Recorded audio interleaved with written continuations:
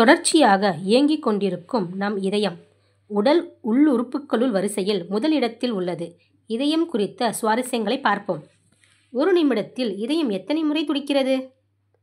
இதயம் என்பது தசையால் ஆன ஓர் உறுப்பு. நமது உடலில் வேறெந்த தசையை விடவும் அதிகம் உழைப்பது இதயம்தான். இதயத் தசைகளே. மனிதனின் இதயம் நிமிடத்திற்கு சராசரியாக 72 முறை துடிக்கும். ஒவ்வொரு நாளும் சுமார் 1,00,000 முறை துடிக்கும். மனிதனின் வாழ்நாளில் அதிகபட்சமாக 350 கோடி முறை இதயம் துடிக்கிறது. இதயம் ஒரு மணி நேரத்தில் 378 லிட்டர் இரத்தத்தை பம்ப் செய்கிறது.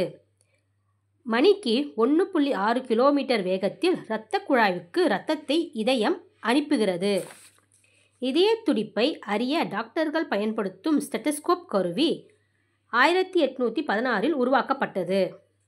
அம்மா வயிற்றில் 5 வார கருவாக இருக்கும் போதே தொடங்கும் இதய துடிப்பு இறக்கும் வரை தொடர்கிறது.